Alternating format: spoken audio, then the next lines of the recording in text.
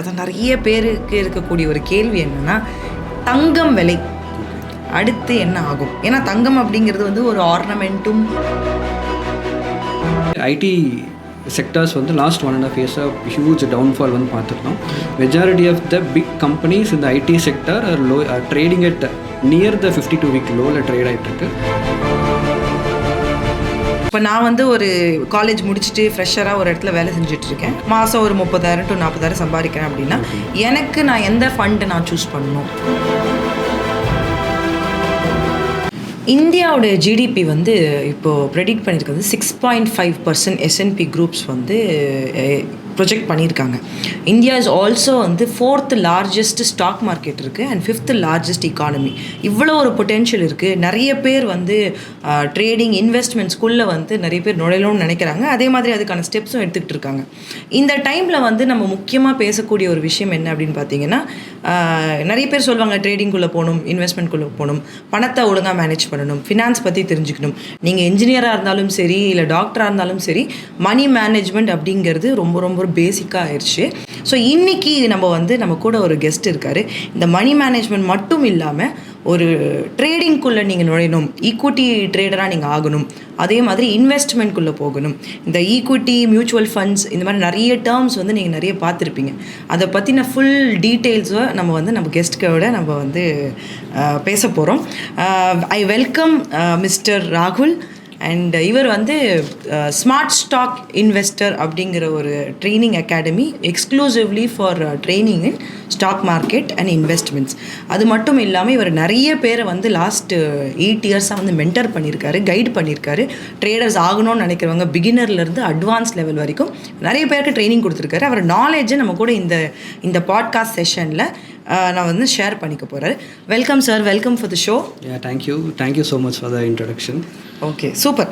So நம்ம start பண்ணிடலாம். இப்போது நீங்கள் வந்து உங்களுடைய ஃபஸ்ட் உங்கள் ஜேர்னி, ஏன்னா நீங்கள் வந்து உங்கள் பேக்ரவுண்ட் நீங்கள் என்ஜினியர்னு சொன்னீங்க. இப்போ நம்ம ஊரில் நிறைய பேர் என்ஜினியர்ஸாக தான் இருப்பாங்க. ஸோ உங்கள் ஜேர்னி எப்படி நீங்கள் ஸ்டார்ட் பண்ணீங்க, எப்படி நீங்கள் இந்த ஒரு ஸ்டாக் மார்க்கெட் இல்லை இன்வெஸ்ட்மெண்ட் ஏரியாக்குள்ளே நீங்கள் எப்படி வந்தீங்க, what motivated you? Yes, so first of all என்னுடைய இனிஷியல் இன்வெஸ்ட்மெண்ட் வந்து 2018. ஸோ அந்த டைமில் பார்த்திங்கன்னா எந்த ஒரு நாலேஜுமே எனக்கு ப்ராப்பராக இல்லாமல் இருந்தது. ஜஸ்ட் லைக் தட் ஒரு ட்ரேடிங் அக்கௌண்ட் ஓப்பன் பண்ணி பிளைண்டாக சில கம்பெனிஸில் நான் இன்வெஸ்ட்மெண்ட் பண்ணியிருந்தேன். ஸோ இனிஷியல் இன்வெஸ்ட்மெண்ட் எதுவுமே பெருசாக எனக்கு க்ரோ ஆகவே கிடையாது. ஸோ அண்ட் தென் பட் நிறைய பீப்புள் வந்து இதில் சம்பாதிக்கிறாங்களே, எப்படி சக்ஸஸ்ஃபுல்லாக இருக்காங்க அப்படின்னு நான் கொஞ்சம் தேட ஆரம்பித்தேன். ஸோ அப்போ தான் புரிஞ்சது ஸ்டாக் மார்க்கெட்டுங்கிற விஷயத்தை நாம் ப்ராப்பராக லேர்ன் பண்ணிவிட்டு பண்ணுற ஒரு விஷயம் அப்படின்ட்டு. ஸோ இவன் நிறைய செக்மெண்ட்ஸ் இருக்குது, ஈக்விட்டி இருக்குது, ஃபியூச்சர்ஸ் அண்ட் ஆப்ஷன்ஸ், பாண்ட்ஸ் இருக்குது, மியூச்சுவல் ஃபண்ட்ஸ் இருக்குது. ஸோ எந்த கேட்டகரியில் நான் பண்ணணும் அப்படிங்கிறத நான் ஃபர்ஸ்ட்டு ஃபிக்ஸ் பண்ணிட்டேன். அண்ட் தென் நான் அது கம்ப்ளீட் ஸ்டடி நான் பண்ணேன். Okay, super. நீங்கள் கேட்டகரின்னு சொன்னீங்க. நீங்கள் ஃபஸ்ட்டு எடுத்த உடனே ஈக்விட்டியில் போனீங்களா, இல்லை மியூச்சுவல் ஃபண்ட்ஸ்லேருந்து அப்படி ஈக்விட்டி ஷிஃப்ட்? ஸோ இனிஷியலாக எல்லாருமே பண்ணுற மிஸ்டேக் தான், எடுத்த உடனே F&O. Actually initial investment on some few stocks, okay, some penny stocks. இதுதான் சேம் எல்லாரும் பண்ணுற mistakes. So penny stocks. And then பார்த்தீங்கன்னா பெரிய பணம் சம்பாதிக்கலாம், கொஞ்சம் பெரிய ரிட்டர்ன்ஸ் எடுக்கலாமே அப்படின்னு சொல்லிட்டு F&Oக்குள்ளே போனது. F&Oலையும் பார்த்தீங்கன்னா மெயினாக கமோடிட்டி மார்க்கெட்டில் நான் ட்ரேட் பண்ண ஆரம்பித்தேன். க்ரூட் ஆயில் ப்ரைஸ் சும்மா பார்த்துட்டு, ஸோ மேபி இன்றைக்கி மார்க்கெட் இப்படி இருக்கலாம் அப்படிங்கிற ஒரு அசம்ஷனில் நான் ட்ரேட் கெஸ்ஸில் தான் பண்ணிகிட்டு இருந்தேன். But it didn't help. Super. நீங்கள் இதை மென்ஷன் பண்ணீங்க எல்லாரும் பண்ண மிஸ்டேக் அப்படின்னு. ஆக்சுவலி அது ரொம்ப இம்பார்ட்டண்டான விஷயம். என்னன்னா, நிறைய பேரை நம்ம மீட் பண்ணுறோம். அப்போ எல்லாரும் பண்ணக்கூடிய அந்த மிஸ்டேக்காக நீங்கள் என்ன பார்க்குறீங்க? நீங்களும் நிறைய ட்ரேடர்ஸ் அண்ட் இன்வெஸ்டர்ஸை மீட் பண்ணுவீங்க. What are those major mistakes? Equity செக்மெண்ட்லேயே இருக்கட்டும் சரி, இல்லை ஜென்ரலாக ட்ரேடிங் செக்மெண்ட்லேயே வந்து என்ன மிஸ்டேக்ஸ் பார்க்குறாங்க நீங்கள் நினைக்கிறீங்க? ஸோ மெயின் மிஸ்டேக்ஸ் பார்த்தீங்கன்னா ப்ராப்பர் நாலேஜ் இல்லாமல், ப்ராப்பர் பேசிக்ஸ் தெரியாமல் இன்வெஸ்ட்மெண்ட் ஆர் ட்ரேடிங் பண்ணுறது தான் very big mistakes. We have some capital, அந்த கேபிட்டல் வச்சு we can learn something and then we can invest. So நிறைய பேர் இனிஷியலாக எடுத்தோடனே பணம் இருந்ததுன்னா என்னால் ஈஸியாக சும்மா ட்ரேட் எடுத்து பார்க்க முடியும் அப்படிங்கிற தாட் வந்து ஆப்ஷன்ஸ் மார்க்கெட்டில் இருக்குது. இன்னொரு கேஷ் மார்க்கெட்டில், அதாவது ஈக்விட்டி மார்க்கெட்டில் பார்த்தீங்கன்னா பென்னி ஸ்டாக்ஸில் இன்வெஸ்ட் பண்ணால் அது சீக்கிரமாக க்ரோ ஆகிடும். 5 rupees 2 rupees இருக்கும். அது ஃபாஸ்ட்டாக வந்து அது 100 rupees கிராஸ் பண்ணி போயிடும். இதனால் நான் பெரிய ரிட்டர்ன்ஸ் பார்க்க முடியும் அப்படிங்கிற மைண்ட் செட் வந்து ஒரு பிகினர்ஸுக்கு இருக்கிற ஒரு விஷயம். பட் அது அப்படி கிடையாது. ஸோ கம்பெனிஸோடைய வேல்யூ, அதாவது கம்பெனி ஷேர் ப்ரைஸ் இருக்கு இல்லையா, so based on P ratios வச்சு தான் நம்ம அது கரெக்டான வேல்யூஷனில் இருக்கா அப்படின்னு நம்ம பார்ப்போம். ஸோ அந்த மிஸ்டேக் எல்லாருமே காமனாக பண்ணுவாங்க பென்னி ஸ்டாக். சூப்பர். அந்த டெக்னிக்கல்ஸ் பற்றி நம்ம டீட்டெயிலாக பேசுவோம். பட் அதுக்கு முன்னாடி நீங்கள் இந்த பென்னி ஸ்டாக்னு ஒரு விஷயம் சொன்னீங்க. நிறைய பேர் வந்து பார்த்தீங்கன்னா இந்த பென்னி ஸ்டாக் அப்படிங்கிறது ஏன் சூஸ் பண்ணுறாங்கன்னா, கம்மி இன்வெஸ்ட்மெண்ட், கம்மியாக பணம் போட்டால் டக்குன்னு வந்துடும் அப்படின்ற, அது வந்து எப்படி சொல்கிறதுனா சைக்கலாஜிக்கலி போனாலும் எதுவும் பெரிய லாஸ் இல்லைங்கிற ஒரு மைண்ட் செட். பட் அது எந்தளவு மிஸ்டேக் அப்படிங்கிறது லேட்டரில் நிறைய பேர் புரிஞ்சுப்பாங்க. ஸோ அந்த பென்னி ஸ்டாக்கில் வந்து எடுத்த உடனே வெறும் ஏதோ அனலைசிஸ் பண்ணாமல் போடுறது வந்து ஒரு பெரிய மிஸ்டேக். சூப்பர். ஸோ அது இல்லாமல் இப்போ நம்ம ஈக்விட்டி செக்மெண்ட் இல்லை கேஷ் செக்மெண்ட்டில் பற்றி பேசணும். ஃபஸ்ட்டு இப்போது ஒரு பிகினராக, அது எந்த ஒரு விதமான ட்ரேடிங் நாலேஜும் எனக்கு கிடையாது, நான் முதல்ல வந்து இப்போ தான் மார்க்கெட்ஸை அண்டர்ஸ்டாண்ட் பண்ணிக்க போகிறேன் அப்படின்ற மாதிரி நான் இருக்கேன் அப்படின்னும் போது, எல்லாரும் நிறைய இடத்துல எல்லாரும் ஃபஸ்ட்டு சொல்கிறது வந்து எஸ்ஐபியில் இன்வெஸ்ட் பண்ணுங்கள். இப்போ நீங்கள் பார்த்தீங்கன்னா இன்றைக்கி டேட்டா எடுத்து பார்த்தீங்கன்னா 4.2 crore யூனிக் இன்வெஸ்டர்ஸ் வராங்க. அண்ட் இந்த மந்த்து தான் வந்து ஹையஸ்ட் அமௌண்ட் ஆஃப் எஸ்ஐபி வந்து நம்ம பார்த்துருக்கோம், கிட்டத்தட்ட 7.5 கோடிக்கு மேலே. இப்படி இருக்கும்போது இந்த எஸ்ஐபி அப்படிங்கிற விஷயம் வந்து இப்போ லாஸ்ட் ஒரு 2-3 வருஷமாக ரொம்ப பாப்புலர் ஆகிட்டு போகுது. அதே மாதிரி நிறைய பேர் அதை பற்றி பேசுகிறாங்க, அந்த மியூச்சுவல் ஃபண்ட்.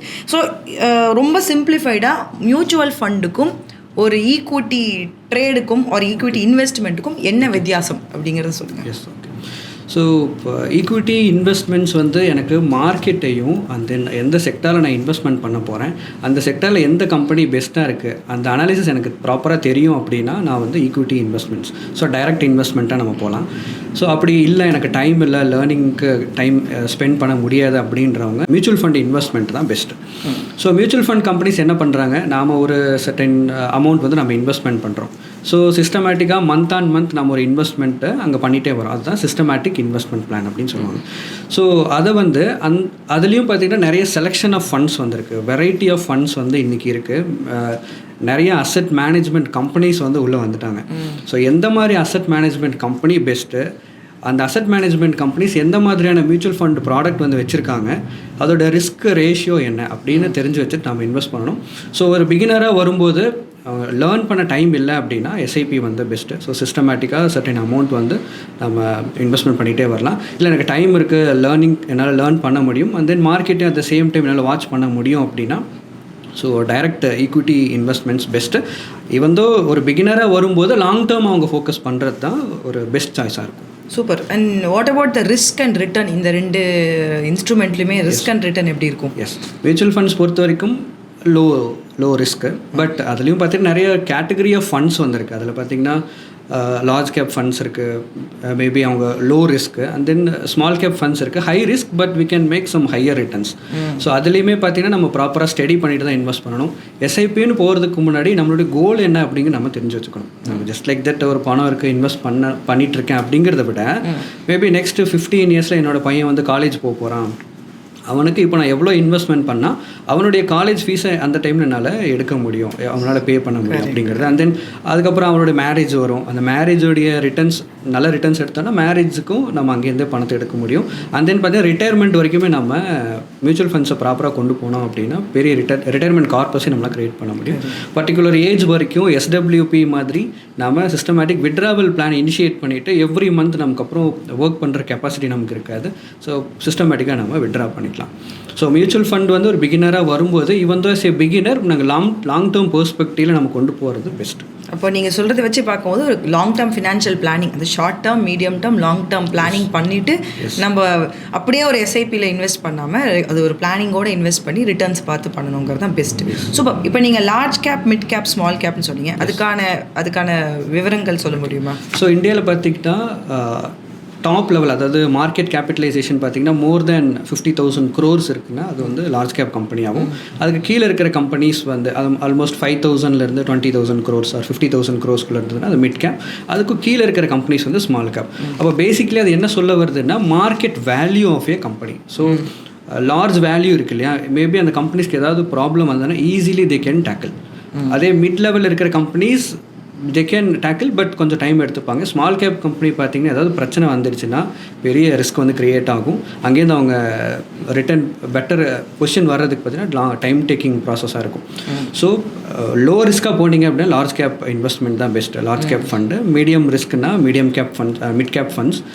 ஹை ரிஸ்க் எடுக்கிறேன் எனக்கு பெட்டர் ரிட்டர்ன்ஸ் வேணும் அப்படின்னா ஸ்மால் கேப் ஃபண்ட்ஸ் தான் பெஸ்ட். சூப்பர்.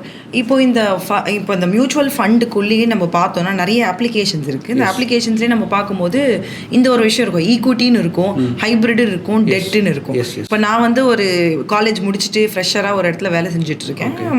மாதம் ஒரு 30,000 to 40,000 சம்பாதிக்கிறேன் அப்படின்னா எனக்கு நான் எந்த ஃபண்டு நான் சூஸ் பண்ணணும்? உங்களோட ஒப்பீனியன் அட்வைஸ் கொடுங்க. ஓகே, ஸோ ஃபர்ஸ்ட் வந்து பேஸ்ட் ஆன் த கோல் தான். நம்மளுடைய கோல் என்ன, whether it is a short term goal or long term goal. So if it is a short term goal, உங்களுக்கு ஒரு உங்களையே நீங்கள் 2 வகையாக பிரிச்சுக்கலாம், அக்ரெசிவ் இன்வெஸ்டரா இல்லை சேஃப் இன்வெஸ்டரா அப்படின்ட்டு. If you are an aggressive investor you can go with equity funds. So equity funds என்ன பண்ணுறாங்கன்னா ஜென்ரலி டேரெக்டாக அந்த கம்பெனிஸோடைய ஷேர்ஸில் போய் இன்வெஸ்ட்மெண்ட் பண்ணுவாங்க. ஸோ கம்பெனிஸில் இன்வெஸ்ட் பண்ணுறோம்.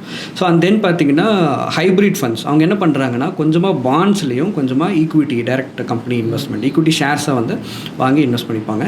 அண்ட் தென் பார்த்தீங்கன்னா பாண்ட் வந்து பியூர்லி டெட் ஃபண்ட்ஸ். ஸோ பாண்டில் இன்வெஸ்ட் பண்ணுறது பியூர்லி டெட் ஃபண்ட்ஸ். எனக்கு வந்து ரிஸ்க்கே இருக்கக்கூடாது, பட் ஒரு மினிமல் ரிட்டர்ன்ஸ் வந்தால் போதுங்கிறவங்க பாண்ட் இன்வெஸ்ட்மெண்ட் தான் பெஸ்ட்டு. ஸோ எனக்கு கொஞ்சம் ஒரு பேலன்ஸ்டாக இருக்கணும் அப்படிங்கிறவங்க தென் ஹைப்ரிட் ஃபண்ட்ஸ் போகலாம். அக்ரெசிவ் இன்வெஸ்டர் எனக்கு பெரிய ரிட்டர்ன்ஸ் வேணுங்கிறவங்க கண்டிப்பாக ஈக்விட்டி ஃபண்ட்ஸ் தான் பெஸ்ட்டு. அதில் ஈவன் தோ ஈக்விட்டி ஃபண்ட்ஸாக இருந்தாலுமே large or mid or small cap or even though flexi cap and multi cap மாதிரியான ஃபண்ட்ஸும் இருக்குது. அவங்க வேரியஸ் லெவல்ஸ் ஆஃப் கம்பெனிஸ், எக்ஸாம்பிளுக்கு மல்டி கேப் எடுத்துக்கிட்டிங்க அப்படின்னா அவங்க large mid and small cap 3 கேட்டகரியிலையும் டைவர்சிஃபை பண்ணி இன்வெஸ்ட் பண்ணுவாங்க. ஃப்ளெக்ஸி கேப் பார்த்தீங்கன்னா ஃப்ளெக்சிபிளாக இன்வெஸ்ட்மெண்ட் பண்ணுவாங்க மார்க்கெட்டுடைய மொமெண்டம்க்கு ஏற்ற மாதிரி. ஈவன் தோ சில ஃபண்ட்ஸ் பார்த்தீங்கன்னா ஃபாரின் கம்பெனிஸில் கூட, இந்தியன் கம்பெனிஸ் இல்லாமல் ஃபாரின் கம்பெனிஸ்லும் இன்வெஸ்ட் பண்ணி நல்லா ரிட்டர்ன்ஸ் எடுக்கிறாங்க. So flexi cap one of the safe and பெஸ்ட்னு கூட சொல்லலாம் கரண்ட் சுச்சுவேஷன். Okay, super. இப்போது நீங்கள் நிறைய இன்வெஸ்டர்ஸோடு இன்ட்ராக்ட் பண்ணுவீங்க. ஸோ அந்த விதத்தில் வந்து இந்த டெய்லி எஸ்ஐபி, அதாவது இப்போ டெய்லி எஸ்ஐபி அப்படிங்கிற ஒரு கான்செப்ட் வந்துருக்கு, அதுக்கான வந்திருக்கு. பட் உங்களுடைய கருத்து என்ன? வெதர் இட் வில் அது ஹிட் ஆகுமா, இல்லை அது வந்து இன்ட்ரெஸ்டடாக எடுத்துப்பாங்களா? நீங்கள் என்ன நினைக்கிறீங்க? டெய்லி எஸ்ஐபி, இப்போ எஸ்ஐபியே வந்து மாதம் அப்படிங்கிற ஒரு கான்செப்ட், எவ்ரி டே நீங்கள் வந்து ஒரு எஸ்ஐபி பண்ணலாம் அப்படிங்கிறது வந்து உங்களை பொறுத்த வரைக்கும் investors will take it as a positive thing or எப்படி எடுத்துப்பாங்கன்னு நினைக்கிறீங்க? Yes, daily investment is okay, but monthly பண்ணும்போது நம்ம ப்ராப்பராக நம்மளோட ஃபினான்ஷியல் பிளானிங் ஒன்று பண்ணிக்கிட்டு and then monthly certain amount தான் எனக்கு பண்ண முடியும் நமக்கு தெரிஞ்சிடும். உங்களுக்கு அந்த பட்ஜெட் உங்களுக்கு தெரிஞ்சிருச்சு அப்படின்னா மந்த்லி எஸ்ஐபி இஸ் பெட்டர். சில பேர் பார்த்திங்கன்னா டெய்லி வேஜஸில் இருப்பாங்க, everyday they make some huge money 1000 rupees. But நான் எனக்கு டெய்லி தான் நம்பியிருக்கேன், எனக்கு கண்டிப்பாக ஒரு 100 rupees அங்கேருந்து வர்றதை நான் எடுத்து வச்சுக்கணும்னு நினைப்பாங்க இல்லையா? ஏன்னா salaried people they will get they salary in month end. So அதுக்கேற்ற மாதிரி தான் அவங்க இன்வெஸ்ட்மெண்ட்ஸ் பிளான் பண்ணி. But daily wages people, daily cab drivers, auto drivers, இவங்கெல்லாம் பார்த்தீங்கன்னா டெய்லி எஸ்ஐபி வந்து ஒரு பெஸ்ட்டான ஒரு இன்வெஸ்ட்மெண்ட். ஏன்னா மந்த் எண்டில் அவங்களால ஒரு இன்கம் வரும் அப்படின்னு எக்ஸ்பெக்ட் பண்ண முடியாது. ஸோ டெய்லி அவங்களுக்கு ஒரு இன்கம் வந்துட்டுருக்கும். ஸோ அவங்க டெய்லி இன்வெஸ்ட்மெண்ட் பண்ணுறது ஒரு பெஸ்ட் ஐடியா. ஏன்னா இது மூலிமா மார்க்கெட்டில் நம்ம ஈஸியாக ஆவரேஜ் பண்ண முடியும். Sometimes market maybe in up trend or down trend, எல்லாத்துலேயுமே நம்ம ஆவரேஜ் பண்ண முடியும். It is one of the best idea. ஆமாம், சூப்பர். நீங்கள் சொன்ன மாதிரி அதுதான், டெய்லி வேஜஸாக இருக்கலாம், இல்லை ஸ்டூடெண்ட்ஸாக இருக்கலாம், அவங்க எல்லாருக்குமே வந்து எவ்ரிடே பேசிஸில் தான் தேல் கெட் சம் மணி. அந்த பணத்தை வந்து வேஸ்ட் எக்ஸ்பென்ஸில் இது பண்ணாமல் அவங்க டேரெக்டாக வந்து போடுறது வந்து ஒரு நல்ல ஆப்ஷனாக இருக்கும். சூப்பர். நெக்ஸ்ட்டு வந்து இப்போ நம்ம அப்படியே கொஞ்சம் மியூச்சுவல் ஃபண்டு பற்றி பேசணும். இப்போ அப்படி ஈக்விட்டி செக்மெண்ட் பற்றி போகலாம். இப்போ நிறைய பேர் வந்து ட்ரேடிங்குள்ளே வராங்க, அட்லீஸ்ட் வரணுங்கிற ஆசையும் இருக்குது. நிறைய பேர் வந்து உள்ளே போகணும், உள்ளே வரணும், என்ன இருக்குது ட்ரேடிங்கில், அதை பற்றியெல்லாம் பண்ணணும், தெரிஞ்சுக்கணும் அப்படிங்கிறது. ஸோ ஃபஸ்ட்டு வந்து ஃப்ரம் யோர் எண்ட் நீங்கள் வந்து மிஸ்டேக்ஸ் பற்றி சொல்லியிருந்தீங்க. அந்த மிஸ்டேக்ஸ்லாம் பண்ணாமல் ஒரு ட்ரேடராக நான் இன்றைக்கி ஸ்டார்ட் பண்ணணும் அப்படின்னா இந்த 3 விஷயம் நீங்கள் பண்ணணும் அப்படின்னு என்ன 3 விஷயம் நீங்கள் சொல்லுவீங்க? ஸோ ஃபர்ஸ்ட் வந்து know the basics of the stock market. So பேசிக்காக ஸ்டாக் மார்க்கெட் எப்படி ஃபங்க்ஷன் ஆகிட்டுருக்கு. அண்ட் தென் பார்த்திங்கன்னா ரிஸ்கோமீட்டர் வந்து வச்சுக்கணும். ஸோ ஸ்டாக் மார்க்கெட்டில் போகும்போது எவ்வளோ ரிஸ்க்கு நான் எடுக்க ரெடியாக இருக்கேன், நான் என்ன மாதிரியான இன்வெஸ்டர், ஒரு அக்ரெசிவ் இன்வெஸ்டராக இல்லை சேஃபஸ்ட் இன்வெஸ்டராக, அதை நீங்கள் புரிஞ்சுக்கணும். If you are an aggressive investor நீங்கள் கண்டிப்பாக ஈக்விட்டியில் வரலாம். இல்லை சார் எனக்கு ரொம்ப சேஃப்டி தான் முக்கியம்னா நீங்கள் ஸ்டாக் மார்க்கெட்டில் வர்றது ஒரு பெரிய தடையாக இருக்கும். And then continuous learning, third point. So கண்டினியூஸாக நீங்கள் லேர்ன் பண்ணி அப்டேட் ஆக ரெடியாக இருந்தீங்க அப்படின்னா மார்க்கெட்டுக்குள்ளே வாங்க. Sure you can make very good returns from the market. So அதுக்கு ஏற்ற மாதிரி நிறைய டைவர்சிஃபைடு இன்வெஸ்ட்மெண்ட்ஸ் இன்றைக்கி ஸ்டாக் மார்க்கெட்டில் அவைலபிளாக இருக்குது. ஓகே, நிறைய இன்வெஸ்ட்மெண்ட் ஆப்ஷன்ஸ் இருக்குது அப்படிங்கிற மாதிரி சொல்கிறீங்க. சூப்பர். ஸோ நம்ம இதை 3 விதமாக பிரிச்சுக்கலாம் நம்ம for the sake of our conversation. ஒன்று வந்து நீங்கள் ஃபண்டமெண்டலி நம்ம மார்க்கெட்ஸ் நல்ல ஸ்ட்ரக்சரலி நம்ம இந்தியாவும் பார்த்திங்கன்னா ரொம்ப ஸ்ட்ராங்கான ஒரு கன்சியூமர் டிமாண்ட் ட்ரிவன் மார்க்கெட்னு சொல்லலாம். So that structurally we are doing well. ரெண்டாவது வந்து டெக்னிக்கல் அனாலிசிஸ் பார்ட் சொன்னீங்க. மூணாவது வந்து இந்த மேக்ரோ எக்கனாமிக் ஃபேக்டர். அது நிறைய பேர் இப்போ நியூஸில் பார்க்கக்கூடிய ஒரு விஷயங்கள். இப்போ நம்ம இந்தியாவும் யூஎஸும் இப்போ வந்து இந்தியாவும் யூஎஸும் ட்ரேட் நடக்கிறதுல நமக்கு என்ன இருக்குது அப்படிங்கிறது கிடையாது. ஏன்னா அது நிறைய இங்கே இருக்கிற பாலிசிஸை வந்து சேஞ்ச் பண்ணும், நம்ம மார்க்கெட்டையும் சேஞ்ச் பண்ணும். அந்த வகையில் வந்து இந்த மேக்ரோ ஃபேக்டர்ஸ், அதாவது உலக அளவில் என்னென்ன நடக்குது, அதே மாதிரி அது நம்ம மார்க்கெட்டை எப்படி எஃபெக்ட் பண்ணுது இல்லை இம்பேக்ட் பண்ணுது according to you? So India வந்து பார்த்திங்கன்னா ஸ்ட்ராங்கஸ்ட் எக்ஸ்போர்ட்டராக வந்து பில்ட் ஆகிட்ருக்காங்க. ஒரு கண்ட்ரின்னு எடுத்துக்கிட்டால் எக்ஸ்போர்ட்ஸ் வந்து பெட்டராக இருந்தால் தான் ஈவந்தோ அந்த கண்ட்ரியோட எக்கனாமி வந்து பேலன்ஸ்டாக இருக்கும். அந்த ஸ்டாக் மார்க்கெட்டும் பார்த்திங்கன்னா நல்ல க்ரோத் இருக்கும். So India US trade relation வந்து நமக்கு ஸ்ட்ராங்காக இருக்கணும். ஈவந்தோ நம்மளோட ஐடி ஹோல் செக்டாரே நம்ம யூஎஸ் டிபெண்ட் பண்ணி தான் இருக்கும். ஆல்மோஸ்ட் சீ ஃபுட்ஸு, இன்னும் டெக்ஸ்டைல் இண்டஸ்ட்ரியில் பார்த்திங்கன்னா ஹை டிபெண்டன்சி நம்ம யூஎஸ் பேஸ் பண்ணி தான் இருக்கும். நிறைய எக்ஸ்போர்ட் அவங்கள நம்பி தான் இருக்குது. அப்போது யூஎஸ்கோட நம்ம ட்ரேட் ரிலேஷன் நல்லா இருக்கும்போது யுனைடெட் நேஷனுடைய ட்ரேட் ரிலேஷன்ஸ் பார்த்திங்கன்னா நமக்கு இன்னுமே ஸ்ட்ராங்கர் பாசிட்டிவாக இருக்கும்.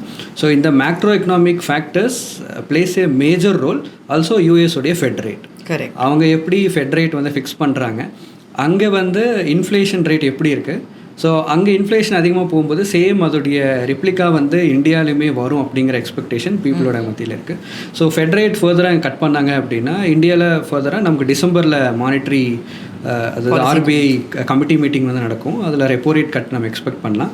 ஸோ இதுவும் ப்ராப்பராக நடந்தது அப்படின்னா இன்னுமே மார்க்கெட்டுக்கு அது ஒரு பாசிட்டிவ் விஷயமா இருக்கும். ஸோ ஜென்ரலி நமக்கு trade relation as you said the macro economic factors வந்து வெரி வெரி இம்பார்ட்டன்ட். அண்ட் எந்த டெக்னிக்கல் லெவல், ஸோ எங்கே சப்ளை அண்ட் டிமாண்ட் கிரியேட் ஆகுது, எங்கெல்லாம் மார்க்கெட் ரெசிஸ்டன்ஸ் எடுக்கும், எங்கெல்லாம் நம்மளோட ப்ராஃபிட்ஸ் புக் பண்ணிக்கலாம் அப்படிங்கிறது very very important. And then இது எல்லாத்தையும் மூவ் பண்ணுறது ஃபண்டமெண்டல் அனாலிசிஸ். ஸோ கம்பெனியோடைய பெர்ஃபார்மன்ஸ் தான் பேஸ். அப்போ தான் ஃபாரின் இன்வெஸ்டர்ஸ் வந்து இந்தியாவில் அட்ராக்ட் ஆகி இன்வெஸ்ட்மெண்ட் பண்ணுவாங்க. கரெக்ட். அது நிறைய பேருக்கு இருக்கக்கூடிய ஒரு கேள்வி என்னன்னா, தங்கம் விலை அடுத்து என்ன ஆகும்? ஏன்னா தங்கம் அப்படிங்கிறது வந்து ஒரு ஆர்னமெண்ட்டும், ஒரு ட்ரெடிஷ்னல் ஆர்னமெண்ட்டை தாண்டி ஒரு இன்வெஸ்ட்மெண்ட்டுக்கு உண்டான ஒரு ஆசெட்டாகவும் இருக்குது. It's an inflation beating asset. அப்படி இருக்கும்போது தங்கம் மேலே பார்த்திங்கன்னா ஒரு 2-3 மாதத்துக்கு முன்னாடி ப்ரீ ஃபெஸ்டிவ் டைமில் வந்து பயங்கரமாக ஏறிச்சு. அதுக்கப்புறம் பார்த்திங்கன்னா திருப்பி இப்போ இறங்குது. இப்போ எல்லாரும் அப்போ அதே டைமில் சில்வரும் கூட ஏறிச்சு. இப்போ எல்லாரும் கேட்கக்கூடிய கேள்வி வந்து, இப்போது தங்கம் ஏறுமா இறங்குமா, இன்வெஸ்ட் பண்ணலாமா, இன்வெஸ்ட் பண்ணுறதா இருந்தால் what are the options to invest அப்படிங்கிறது நிறைய பேர்கிட்ட இருக்க கேள்வி. அதுக்கு உங்களுக்கு பதில்? ஸோ ஃபர்ஸ்ட் ஆஃப் ஆல் பார்த்தீங்கன்னா கோல்டுடைய டிமாண்ட் அப்கமிங் டேஸில் இன்னுமே ஜாஸ்தியாக தான் இருக்க போகுது. இதுக்கு ஒரு முக்கியமான ஃபேக்டர் என்ன அப்படின்னா, யூஎஸில் கரண்ட்டாக இருக்கிற கடன் டெட், யூஎஸ் டெட் பார்த்திங்கன்னா பயங்கரமாக இன்க்ரீஸ் ஆகிட்டுருக்கு. அதனால் என்ன ஆகுன்னா, அவங்க யூஎஸ் டாலர்ஸை பேஸ் பண்ணி தான் நம்ம ட்ரேட் வந்து குளோபல் ட்ரேடு யூஎஸ் டாலர்ஸை பேஸ் பண்ணி தான் இருக்குது. ஸோ ஃபர்தராக அது வீக்கன் ஆகிறதுக்கு நிறைய சான்ஸ் இருக்குது. அது வீக்கன் ஆகிறப்போ பீப்புள் எதை பேஸ் பண்ணி ட்ரேட் பண்ணுவாங்கன்னா கோல்டு. ஸோ கோல்டு தான் ஒரு சேஃபஸ்ட் இன்வெஸ்ட்மெண்ட். ஸோ ஃபர்தராக மேபி அமெரிக்காவில் இப்போது நிறைய ரிசர்ச் அனாலிஸ்ட் அங்கே இருக்கிறவங்க ஆகட்டும், ஸோ அவங்களுடைய பொலிட்டிக்கல் ஸ்டெபிலிட்டி பார்க்கும்போது அந்த குளோபல் ட்ரேடு ரிலேஷன்ஷிப் எப்படி இருக்குன்னு பார்க்கும்போதும் ஃபர்தர் அப்கமிங் டேஸில் கோல்டு டிமாண்ட் வந்து அதிகமாக இருக்கும். ஸோ அப்போ கோல்டு டிமாண்ட் அதிகமாக இருக்குன்னா இப்போ நான் எப்படி இன்வெஸ்ட்மெண்ட் பண்ணுறது அப்படின்னா, கோல்டு இடிஎஃப்ஸ் தான் பெஸ்ட். ஓகே. ஸோ இதில் நிறைய asset management companies, example Nippon India gold bees, Tata gold, இந்த மாதிரி நிறையா இன்வெஸ்ட்மெண்ட் ஆப்ஷன்ஸ் இருக்குது. ஸோ இடிஎஃப் வந்து பெஸ்ட் இன்வெஸ்ட்மெண்ட். இதை நம்ம ஷேர்ஸாக வந்து வாங்கிக்க முடியும், ஈஸியாக டைல்யூட் பண்ண முடியும், ஈஸியாக நம்ம செல் பண்ண முடியும். எப்போல்லாம் இறங்குதோ நம்ம ஈஸியாக அக்யூமுலேட் பண்ண முடியும், எப்போல்லாம் ஏறுதோ இது பண்ணுவோம். ஸோ ஃபிசிக்கல் கோல்டை நம்ம போகும்போது நமக்கு எக்ஸ்ட்ரா மேக்கிங் சார்ஜஸ்லாம் பே பண்ணுவோம், ஜிஎஸ்டி எல்லாம் இருக்கும். இங்கே அந்த மாதிரி hidden charges or direct charges எதுவுமே இங்கே இருக்காது. So ETF investments are the best. Good. So இப்போ இந்த எக்ஸ்சேஞ்ச் ட்ரேடட் ஃபண்டுன்னு சொன்னீங்க, அதை பற்றி இப்போ நிறைய பேர் வந்து எக்ஸ்சேஞ்ச் ட்ரேடட் ஃபண்டுக்கும் இந்த மியூச்சுவல் ஃபண்டுக்குமே கூட என்ன வித்தியாசம் அப்படின்ற மாதிரி கேட்குறாங்க. டெக்னிக்கலி அதுக்கு உண்டான டிஃப்ரென்ஸ் என்ன? Okay. So exchange traded fund அது என்ன ஆகுதுன்னா, எக்ஸாம்பிளுக்கு அதுக்கு பின்னாடி ஒரு அசெட் இருக்கும். எக்ஸாம்பிளுக்கு கோல்டு இடிஎஃப் அப்படின்னா, கோல்டு மார்க்கெட்டில் அவங்களோட நம்ம இன்வெஸ்ட் பண்ணுற மணி எல்லாமே கோல்டில் அவங்க போய் இன்வெஸ்ட்மெண்ட் பண்ணிப்பாங்க. ஸோ அதோடைய rate ups spike and then அதோட டவுன் சைடு பேஸ் பண்ணி தான் இந்த இடிஎஃபோட மொமெண்டம் வந்து இருக்கும். So gold packed. ஸோ பின்னாடி இருக்கிற அசெட் வந்து கோல்டு. ஸோ பட் மியூச்சுவல் ஃபண்ட்ஸில் பார்த்தீங்கன்னா நம்ம லம்சம் ஒரு எஸ்ஐபி வந்து நம்ம பண்ணிகிட்ருக்கோம். பட் அது எங்கே இன்வெஸ்ட் ஆகுதுன்னா டைரெக்டாக கம்பெனிஸோடைய ஷேர்ஸில் வந்து இன்வெஸ்ட் ஆகுது. ஸோ இப்படி பார்க்கும்போது gold different asset class and then ETF வந்து டோட்டலி ஃபங்க்ஷன்ஸ் டிஃப்ரெண்ட். அதுக்கு லாக்இன் பீரியட் எதுவுமே இல்லை, எப்போ வேணாலும் நம்ம ஈஸியாக பையிங் அண்ட் செல்லிங் வந்து பண்ணிக்கலாம். பட் மியூச்சுவல் ஃபண்ட்ஸ் போகும்போது நிறைய மியூச்சுவல் ஃபண்ட்ஸுக்கு லாக்இன் பீரியட் இருக்குது. எக்ஸாம்பிளுக்கு ELSS ஃபண்ட்ஸில் 3 years லாக்இன் பீரியட் இருக்கும். இன்னும் டிஃப்ரெண்ட் மியூச்சுவல் ஃபண்ட்ஸ் இருக்குது. ஸோ அதில் பார்த்தீங்கன்னா directly it may be a bond investment, hybrid investment or equity investment. So totally the invest on certain asset classes. ஆனால் அதுலேயே கூட பார்த்தீங்கன்னா இந்த எக்ஸிட் லோடு இல்லை எக்ஸ்பென்ஸ் ரேஷியோ அப்படின்னு தான் வருது. ஸோ அதுவும் ஒரு விதமான சார்ஜஸ் தான் நம்ம கொடுக்குறது. டேரெக்டாக நம்ம கொடுக்கலனாலும் அந்த எக்ஸிட் ஆகும்போது நம்ம ஒரு ஃபீயாக பே பண்ணுறோம். கண்டிப்பாக. எக்ஸாம்பிளுக்கு ஒரு மியூச்சுவல் ஃபண்டை நம்ம எப்படி செலக்ட் பண்ணணும் அப்படின்னா, ஸோ ஃபர்ஸ்ட் ஆஃப் ஆல் அந்த அசெட் மேனேஜ்மெண்ட் கம்பெனியோட எக்ஸ்பீரியன்ஸ் எவ்வளோ, எத்தனை வருஷமாக அந்த பிஸ்னஸில் அவங்க இருக்காங்க. அண்ட் தென் பார்த்தீங்கன்னா அங்கே இருக்கிற ஃபண்ட் மேனேஜருடைய எக்ஸ்பீரியன்ஸ் வந்து எப்படி இருக்குது, ஸோ அது ஒன்று பார்க்கணும். அண்ட் தென் பார்த்தீங்கன்னா எக்ஸ்பென்ஸ் ரேஷியோ. எக்ஸாம்பிளுக்கு நம்ம சர்டைன் பீரியட் வரைக்கும் ஹோல்ட் பண்ணிவிட்டு செல் பண்ணும்போது சம் எக்ஸ்பென்ஸ் ரேஷியோ வந்து அவங்க சார்ஜ் பண்ணுவோம். ஏன்னா நமக்கு பதிலாக அவன் இன்வெஸ்ட்மெண்ட் பண்ணி அது ரிட்டர்ன்ஸை நமக்கு எடுத்து கொடுக்குறாங்க, அதுக்கு அவன் சார்ஜ் பண்ணுற ஒரு அமௌண்ட்டு. எக்ஸிட் லோட் அப்படின்னா என்னென்னா, பர்டிகுலர் பீரியடுக்குள்ளாரியே நாம் ஒரு ஷேர்ஸை விற்றுட்டோம் அப்படின்னா, எக்ஸாம்பிளுக்கு majority of the mutual funds 1 year வந்து எக்ஸிட் பீரியடாக வச்சுருப்பாங்க. 1 yearக்கு பிலோ நம்ம எக்ஸிட் பண்ணிட்டோம் அப்படின்னா எக்ஸ்ட்ரா 1% வந்து சார்ஜ் பண்ணுவாங்க. ஸோ இந்த விஷயம் எல்லாமே நம்ம மியூச்சுவல் ஃபண்ட்ஸ் பை பண்ணுறப்போ மைண்டில் வச்சுக்கணும். அண்ட் தென் லாக்இன் பீரியட் இருக்கா அப்படின்னு பார்க்கணும். மெஜாரிட்டி ஆஃப் த ELSS ஃபண்ட்ஸுக்கு லாக்இன் பீரியட் வந்து இருக்குது. ஸோ அப்போ அந்த டைம் தாண்டினதுக்கப்புறம் தான் நம்மளால் வித்ட்ரா பண்ணிக்க முடியும். Yes, correct. Okay, super. இது ஒரு விதமான நல்ல இன்வெஸ்ட்மெண்ட் பிஹேவியரை தான் வந்து இன்கல்கேட் பண்ணுது பீப்புள்கிட்ட. சூப்பர். இப்போ நம்ம நிறைய விஷயங்கள் பேசணும். இது மேக்ரோ ஃபேக்டர்ஸ் பற்றி பேசணும், டெக்னிக்கல் பற்றி பேசணும், ஃபண்டமெண்டல் வந்து எவ்வளோ இம்பார்ட்டன்ட்னு பேசணும். அஃப்கோர்ஸ் அவங்க ரிஸ்க் கேபிட்டேட் முக்கியம். பட் பொதுவாக நம்ம ஒரு ஆவரேஜ் ஒரு சேலரிட் எம்ப்ளாய்க்கு அவங்க எக்ஸ்போஷர் எந்த அளவு இருக்கணுங்கிறத நீங்கள் ரெக்கமெண்ட் பண்ணுவீங்க? ஓகே, ஸோ அந்த இன்வெஸ்டருடைய ஏஜ் கேட்டகரி வந்து மேபி சம் எங்கர் ஏஜாக இருந்தாங்கன்னா ஒரு 60% ஆஃப் த போர்ஷன் வந்து அவங்க ஈக்விட்டி இன்வெஸ்ட்மெண்ட்காக ஒதுக்கலாம்.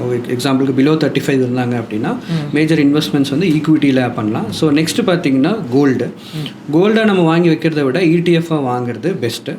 Gold and silver, even though இன்றைக்கி AI அண்ட் செமிகண்டக்டர்ஸோடைய க்ரோத் வந்து ஃபாஸ்ட்டாக இருக்குது. இதனால் சில்வருடைய டிமாண்டுமே அதிகமாக இருக்குது. ஸோ கோல்டுக்கு ஈக்குவலாக சில்வருமே இன்றைக்கி ஒரு பெட்டர் இன்வெஸ்ட்மெண்ட் ஆப்பர்ச்சுனிட்டியாக அமைஞ்சிருக்கு.